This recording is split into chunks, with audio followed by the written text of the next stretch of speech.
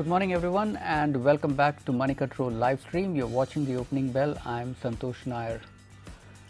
Can bulls sustain the momentum? That's the big question. We did see a strong comeback on Friday. Now the key issue is whether the Nifty can sustain the momentum.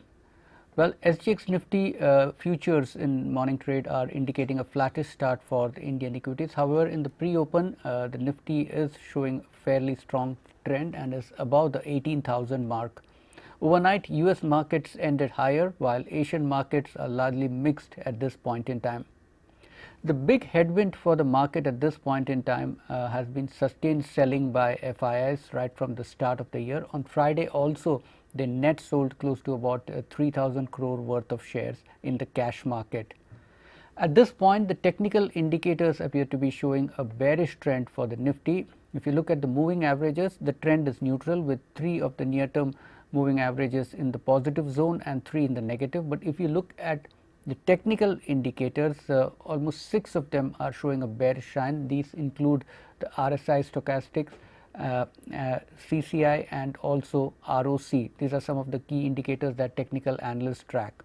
From the F&O market, we are now seeing build-up of long positions in futures of MCX, Rain Industries, Cholamandalam Finance, Federal Bank and PFC. MCX interestingly had a good run on Friday as well. This despite a bearish call by Morgan Stanley on the stock. Morgan Stanley continues to have a negative rating on the stock. We are seeing short built up in futures of Aurobindo, Gujarat Gas. Gujarat Gas had seen a big downgrade by Jefferies on Friday. Bata, Whirlpool and L&T Technology Services are the other futures in which short positions are being seen at this point. Well, and let's move on to the newsmakers this morning. Just Dial reported its third quarter numbers over the weekend. Now consolidated third quarter profit is up threefold to 75.32 crore, and net revenue from operations have also seen a fairly good increase. They are up by 39% to 221 crore rupees. The stock is still a long way off from its record high of 936 which it had touched in February last year. Lupin, the US FDA has issued Form 483 with 2 observations for the company's Somerset unit. This inspection had been conducted at the Somerset unit between January 2nd to January 13th. HG Infra Engineering is the third newsmaker of the day. The company has got a letter of acceptance from Delhi Metro Rail Corporation. The project is estimated to be worth close to 400 crores. And last stock in the newsmakers list is Delivery. The company has told the exchanges that it has completed the acquisition of Algorithm Technologies for about 8.13 crore. Algorithm now is a wholly owned subsidiary of the company. Delivery too has been under pressure of late, especially after its profit warning that it had issued, saying that the festive season sales for e-commerce were lower than what the company had been expecting. Since then, many brokerages have come out with bullish ratings on the stock, saying that the problem that the company is witnessing in its e-com delivery is transient in nature and the overall story still appears to be good. And with that, let's move on to the hot brokerage bets. Jefferies has rated Varun Beverages a buy with a target price of 1,540 rupees. According to Jefferies, the company is likely to enjoy industry leading growth in both revenue as well as earnings. Also, Jefferies expects the company to reduce its debt further and expects the company's ROCE, which is return on capital employed, to expand this year. According to Jefferies, one of the key strengths of the company is that it's been strong on execution, and that should hold it in good state given that the sector is witnessing many attractive opportunities. Also, Varun Beverages has guided for double-digit medium term growth in its volume. And let's now move on to the stock takes. HDFC Bank, the company reported its third quarter earnings on Saturday. Both brokerages are bullish on the company's third quarter performance. The growth has been quite across the board. Saw strong growth in credit across the retail, commercial and rural segments. Also, the company has reported a strong growth in its retail term deposits. According to Morgan Stanley, the increase in branches, I beg your pardon, according to Kotak Institutional Equities, the increase in branches and the headcount will help the bank sustain its business momentum. Also, HDFC Bank's non-interest income saw a significant improvement during the quarter gone by, and there has also been a similar growth in its pre-provision operating profit according to Morgan Stanley, which it has then used to channel into its investments. The brokerage also sees the merger with HDFCs as a headwind for the stock near term. Now, the stock had topped about 1600 rupees in April, but since then it's been struggling and has also been one of the underperformers in the banking sector.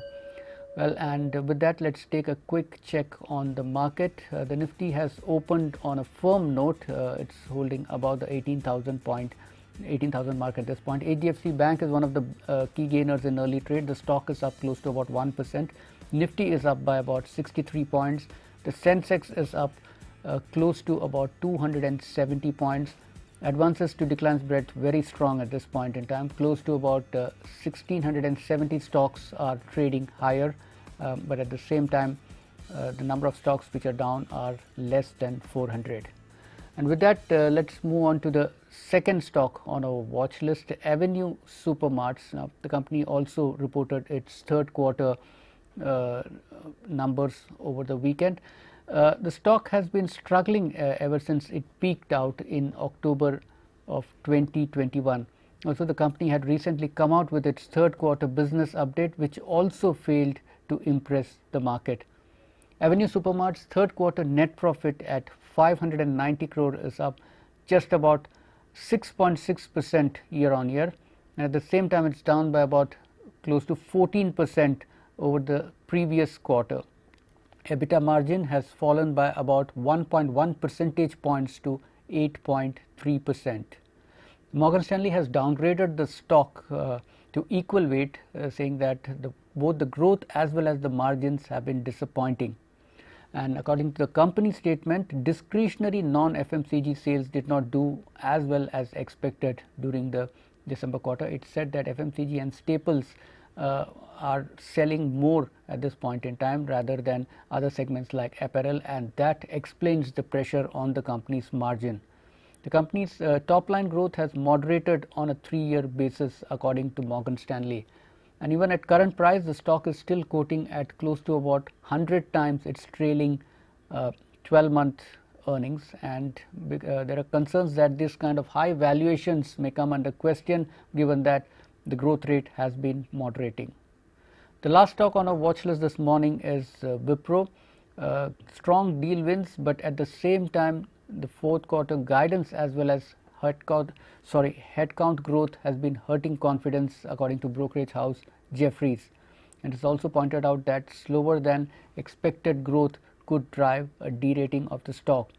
Now, the company reported its third quarter earnings on Friday, and it was slightly ahead of what market was expecting, mainly because of the strong growth in margins. And according to Kotak Securities, the strong deal wins is not exactly translating into revenue growth. And according to Kotak, the brokerage has a reduced rating on the stock with a target price of 405. According to CLSA, the revenue growth guidance indicates that the slowdown may persist near term, but at the same time the brokerage is positive on the margin growth which the company has reported during the third quarter. It has said that input costs are easing, and this probably could lead to Wipro reporting continued expansion in margin in the year ahead. According to Investec, the brokerage has upgraded its rating on the stock to a hold, but at the same time pointed out that growth in FY24 will be lower than that seen in FY23. Well, with that, it's a wrap on this episode of Opening Bell. Thank you for watching, and we'll be back with you at 3:30 p.m. today.